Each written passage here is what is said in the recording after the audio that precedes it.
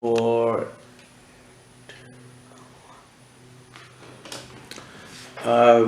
good afternoon, good evening, and welcome back to our last session for the day, our extended relationship minute, um, and where we get a little bit more time to address a particular topic. And today we have promised to address a topic that talks about submission. When you read in the book of Ephesians 5, verse 25, verse 25, of course, says, "Husband, love your wives as Christ loved the church." But we are looking for verse 22. In verse 22, it says, "Wives, submit to your own husband as to the Lord." Now, this is an instruction that comes from God through the Apostle Paul. What is submission? Submission is defined as yielding to another's desires without resistance. In this case, it is yielding to the husband's desires. If there is one issue that has been controversial in the issues of families, it has to be the issue of submission. This particular issue has been attacked from different angles. It has been viewed by many as oppression of women, particularly from those from the women liberation movement or feminist movement. And it has been even many a preacher or a teacher of the truth have become not as comfortable in addressing it as if it is not part of the scriptures. And I would like to suggest that that particular view is because of a misunderstanding of what the text means or its intention. There is already a kind of a hierarchy and a structure that God has created in the family, and that structure says man is the head and of the wife. It is interesting that we find again also in Ephesians 5:23. It says man is the head of the wife. It doesn't even say the head of the church. Just to clarify a point that sometimes the wife can say, "You are the head of the family, I'm heading other issues." It is clear that he is the head of the wife. Now, the head gives direction, and somehow if the body that is not submitting to the head, there will be chaos. And I take this issue back, particularly to young people, and I say, in view of the structure that the Bible or God has created in a family, it's therefore important that when you look for a partner, one of the requirements that you should have as a young woman looking for a man, look for a man who commands respect in your own eyes. Look for a man who you believe is a leader or has leadership capacity. It is possible that sometimes ladies can love a guy, but yet they look at him and they say, "No, this one is not a leader. He doesn't know where we are going. He doesn't know where we are supposed to go. And as such, he won't be able to lead us anyway." And end up marrying a guy with a view that says, as soon as I marry him, I will lead him. I will lead the family. Now, many have tried doing that. Now, the problem with that is that having done that for a while, the woman gets tired, gets worn out, because she is doing her duty and what is supposed to be the man's duty. So when you look for a partner as a young woman, you must be looking for someone whom you are comfortable to sleep in the back seat and let him drive, because you are confident that he knows where we are supposed to go. It doesn't mean you don't give him advice. It doesn't mean that you don't tell him where we need to go and so on, but you're comfortable that you can sleep and know that he is going to drive you to the destination. Often I say to young ladies, what if young ladies before marriage, I say to them in premarital counseling, I said, what if your husband is driving and heading to the tree? What will you do after you've told him that you're heading for the tree and he does not do anything about it? Some will say, I will jump out of the car, or I'll take over the steering and become to drive. And many of the crisis that we have in the families has to do with this lack of confidence in the driver to drive and take us to the destination that we expect. Now, submission and having the man as the head does not mean that you don't disagree with him. It does not mean you have less votes. You still have the same vote as him, but he takes the lead. Now, it is possible that a woman can be smarter than a man. The wife can be more intelligent, can be more smarter, and in those cases, and maybe not overall higher intelligent, but maybe she's smarter on the issues of finances or other issues and children's health or any other discipline that is there in the family. The idea of leadership or submission does not mean that all his ideas must be taken, but it means that one must be smart about it. So the problem with that many men have is that they believe that as soon as their wife has got 2-3 kids, the husband get added among the kids, get shouted at, get overruled like any other kid. But submission is a mindset. It's an attitude that one has towards a person. So when you realize that my husband cannot understand these issues, but I'm smart, I'm more intelligent than him, instead of telling him that this will never work, this will always fail, we must never do this thing, a smart woman goes to the husband and says, I've been thinking about this issue. If we do this and this, this and that will happen. If we do this and this, this and that will happen. And if we do this, this and that will happen. What do you think we must do? And then the man will look at the scenario that has been set, and then he will say, let's do this. Now, in his own mind, he thinks he's making a decision, but the wife has made a decision for him. He's just simplified it and avoid arguments and make him think that he's making the decision. And I always say, as I said, submission is not an act. It's not the issue of bowing down to a man or whatever. It is an attitude that one has towards a person. It's a mindset. If I get invited to serve in a committee where Cyril Ramaphosa is chairing the committee, and there's an issue at debate, when I disagree with the view that the chair is having, President Ramaphosa, I don't go to him, I don't stand up and say, hey, Cyril, you're talking nonsense. What you're saying will never work. That is never applicable. This will never work.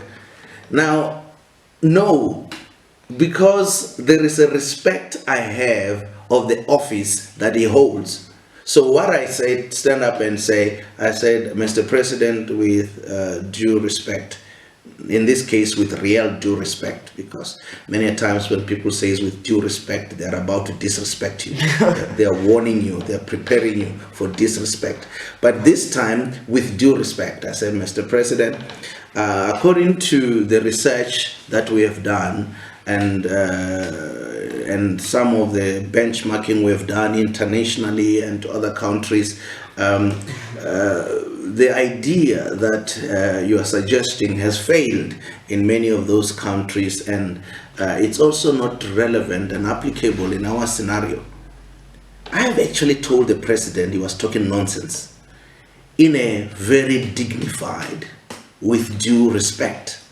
And so the same applies. If the man is the head of our home, is our king, we can tell him that he is wrong. We can tell him his views are misguided without reducing him from the head, the head of the family, to becoming one of the children, without shouting him and belittling him. And that's what the idea of submission is. It's an attitude of the mind that one has towards the other person. And it is also important to realize that this is not an instruction from men. The men's association didn't come together and decide that we need to instruct our wives to submit. This instruction comes from God. So if one does not or refuses to obey, they're actually saying to God, I don't obey what you say. The same applies when in Ephesians 5:25, when the Bible says, husband, love your wives, and a man decide not to love his wife, he's actually not just hating his wife, he's actually lifting a middle finger to God. And God, who gave the instruction, he is the one he will have to answer to. And it is important for us to realize that man, so when God says to wives, submit to your husband, he didn't appoint men to be enforcers of this truth. He didn't appoint men to be the policeman of what God says. So God says, wife, submit. And if the wife does not submit, it's not the business of the man to say, you are not submitting, you are not listening to what the Bible says, you are not doing what God says. No, as a man, to man, with due respect, you have not been given the authority to police the wife. If she chooses not to submit, it's because she's choosing to disobey God. And you are not responsible for giving the punishment when people disobey God, as much as she is not responsible for punishing you when you disobey in terms of loving. Now, when you look into the idea of submission, it's interesting how it is put here. It says, as unto the Lord. So, wife, submit to your husband, to your own husband, as unto the Lord. It assumes that women and these wives are already submitting to the Lord. They already know how to submit to the Lord. And they said the same way to submit, you submit to the Lord, submit to your husband. It therefore means that the prerequisite for a woman to be able to submit to their husband, they must be God-fearing. There must be women who knows what it is to submit their husband to their God. And that means in the absence of submission to God, there will be no submission to man. And therefore it is important that the starting place, it is to start with what God says. A friend of mine puts it another way. He says submission has to do with two words, sub and mission. And he says submission means like a mini mission, a smaller mission, and argues that the man must have the mission. He must have his purpose. He must have his agenda, for which the wife is a helper to, for there to be a submission. And therefore, in the conclusion of that view is that if there is no mission, there is no submission. So, just a challenge to men to create mission before they expect a submission. Now, I would like to argue that the idea and the concept of submission is actually more powerful as opposed to being an issue of weakness. I would like to argue that women who submit to their husband control their husband more than those who don't submit to their husband. You see, when a woman does not submit to the husband, she is acting like a man. Now, men know how to deal with men. They know how to deal with a direct challenge in front of their eyes. When one says one, the other says two, men will jump to 4 or to 5 to challenge. So whenever a woman acts like a man, she loses because men know how to deal with fellow men. But men don't know how to deal with a submissive woman. A submissive woman is too powerful. You see, when a woman is on her knees, she is more powerful than when she is standing. Because men don't know, it steals the heart. It steals his powers to see. It melts his heart when a woman does that. Now, one example, which is a strange thought that comes to mind, and is Solomon. Solomon, we know, he was given wisdom and knowledge, and he could do all great things. One of the great leaders of Israel. But one thing that we find is that even though he was so wise, he ended up with so many strange women, and those women brought their idols even into Jerusalem. Now, try to imagine with me, and I want to argue this. Those strange idols did not come because one of the women from Egypt or from whatever says, "Hey, Soli, I want my idol here. I don't care what the people say, you are a king, whatever, Soli, bring me my idol by Friday or else I'm going." I don't believe it was like that. I can paint you the scene of how did Solomon end up with the idols. And that still works with women even today, with men today. So, one of these gorgeous, dark sisters was giving Solomon a massage. And while she was there, massaging him with some oils and some smell and aroma and perfume from back home where she comes from, and she's there massaging him, and he's enjoying it. He's right there and busy massaging him, and somehow she stops. Well, she stopped, and Solomon says, "Oh, what is it, darling? What is it?" He says, No, it's nothing." She continues. He says, No, tell me. What is it? What is it? What is bothering you? "Ah, man, it's nothing, Soli. It's nothing." He says, No, stop. Tell me.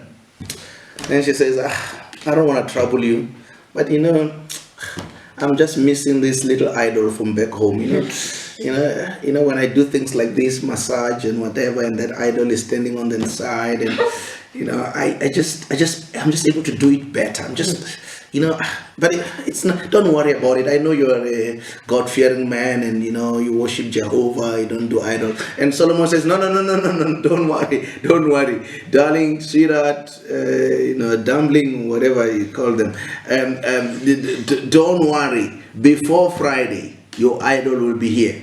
I'm gonna send a guy, and I just Oza, come here. Go and get the idol now. Start on the journey now. Go and get the idol. When a woman is submissive, she has got an overall control over men. Now, women have asked, practically, tell us what submission has.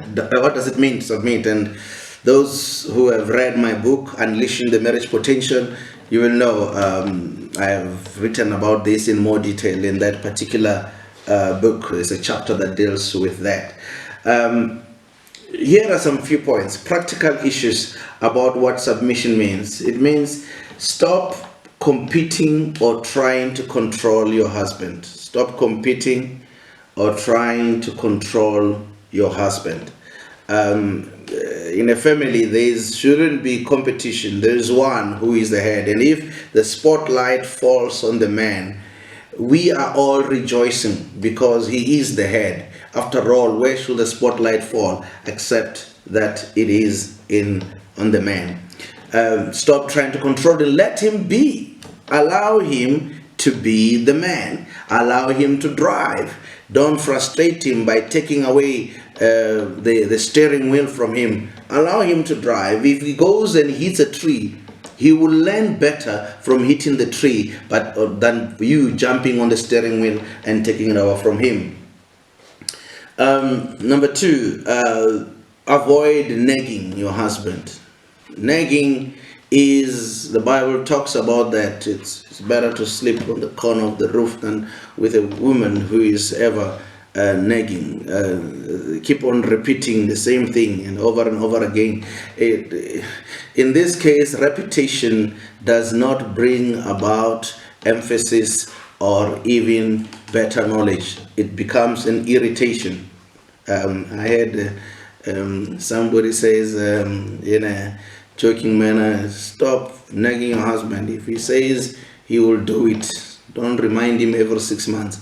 But let him be. Let his action not be a direct result of nagging, but out of love. And that love comes up more also out of submission.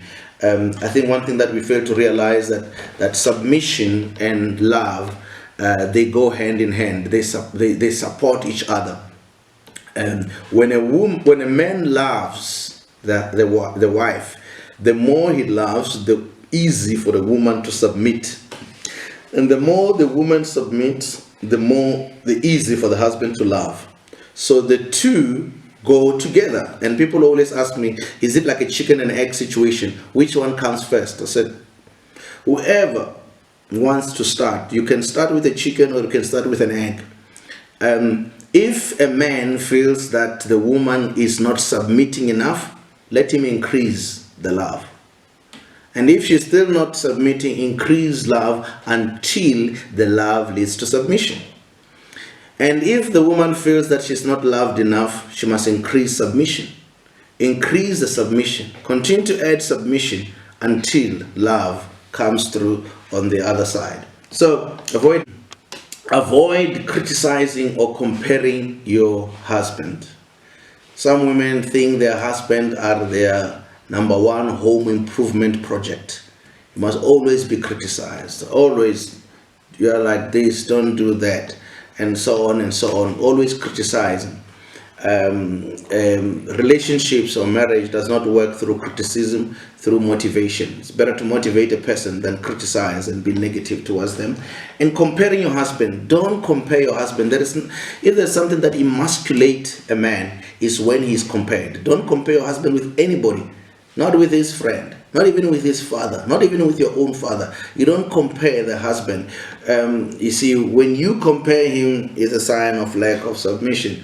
If you have to compare your husband, if you really feel you need to compare him, if you feel you have no chance but you have to compare him with himself, the things he used to do before. Compare him with himself, not with any other human being.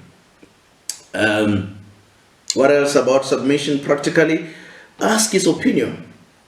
Even though it is an area of your competency, even though you know that this I can handle for myself, I am qualified and we have agreed this is my own paradigm, this is my area of responsibility. But when you go to him and says, I'm thinking of doing this, what do you think? The idea, the suggestion, the thought of saying, I want to hear your opinion, that goes a long way to show submission. What else can you show submission? Speak kindly and lovingly about your husband in his absence, to your children, to your friends, and to the family. As much as negative things goes back to the person whom you're talking about, even positive things. It is amazing that if you say to your husband, I value you, I love you, you are special, yeah, you get like a point for each time you say that.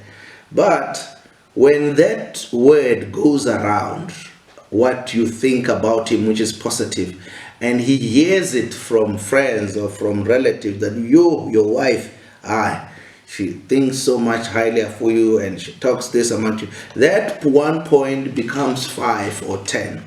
So gossiping positively about your spouse, sign of submission. And lastly, having high expectation of your spouse, it's a form of submission. Now, many people don't seem to realize that when you say to your spouse and says, hey, this one, if it was somebody else, but this one, I doubt. That is a sign of lack of submission. You are saying there is no man, there is no value in this person. Now, even though you know he's down here on the floor, but you say to him you are this much, and you have a high expectation of him, that man will tiptoe to reach where the standards that has been set. So it's not just about talking down upon him, whatever, but expecting more from him, expecting him to achieve more. The more is expected about him, the more he feels good about him, the more he's challenged to do better and to do even more. Now, as we conclude on this particular item, a story is told, a very touching story of Dr. Hill. I saw this on YouTube, and Dr. Hill, he was a pastor, Dr. Hill and his wife. In this particular YouTube video, he is preaching at his wife's funeral. It sounds odd. And he gives an introduction. And he says, before my wife died, she said to me, when I die, you must conduct my funeral because you have been my pastor all my life. You have been the pastor I have known.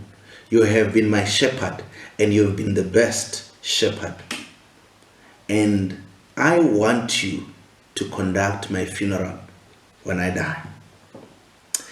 And he went on to give a tribute in this sermon. This particular sermon was a tribute to the life of his wife, the most touching tribute I've ever heard about a wife from a husband. He talks about how she came from a well-to-do family who were successful, and he came from a struggling background. And he says, she never looked down upon me. She treated me with respect and dignity. She never classed me or my family because of the background that I had and the one that she had. He says, she gave me dignity. She honored me. She became the best partner anyone can ever have. He talks about how at one point he decided that he's going to start a filling station business. And he says the wife said, I'm not comfortable with the filling station business. It's very risky. And he says, no, I'll manage it. He says, I started the business, and that business collapsed and we lost everything.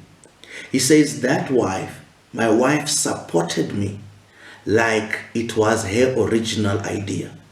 He says she was there for me. He says never once she ever said, I told you so.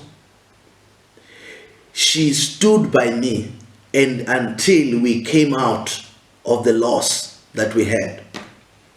She says, during our days of struggling, she says, I went, one time I was coming back home and I could see from a distance that the lights were off at home. The lights were off.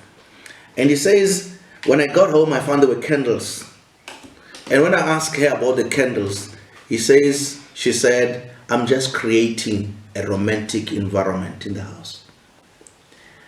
He said it was only when he went to the bathroom and he realized, tried to switch on the light, he realized that there is no electricity. They had cut off the electricity. And he says, my wife, knowing that how much I was doing, trying to support the family, doing the best I can, instead of knocking me down and discouraging me, when they cut off our electricity, she says, I'm creating a romantic environment for us tonight. And he goes on to this tribute of the wonderful wife, and he himself became one of the very successful gospel ministers and an amazing preacher and a pastor.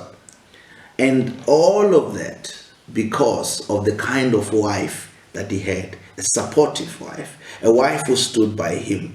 And it is one of the most amazing and touching tribute I've ever had. So submission is not a weakness, it is a strength that is necessary in a relationship to strengthen the bond and to make the two one. Combined with the love from the husband, the combination of submission and love brings out the best in both husband and wife, because God knows men are created with a little ego. They want to be somebody, at least in their own home. And women are created with the need for affection. There is something within them that needs love, that needs embrace, that needs acceptance. And at least in their own home, it is much more important and critical. So, even if the man is nobody in the street, even if in the street they call him shorty that and shorty that and whatever, but when shorty comes home, he must realize the wife creates an environment where shorty becomes the king and the children make a guard of honor, and shorty steps in and he has got a special place to sit, and shorty becomes a king, even though he's nobody out there, but at home he is somebody honored. And when he is a king, I always say to ladies, when he has been made a king, he will need a queen, and you become the queen. But if he is a pauper, if he is a nobody, if he remains shorty even in the house, there will be no queen. So it is important for us to realize that the Bible was not wrong. The teachings are not a mistake. It is for a purpose, and that purpose is to make home a better environment. May the Lord bless you and keep you until the next time.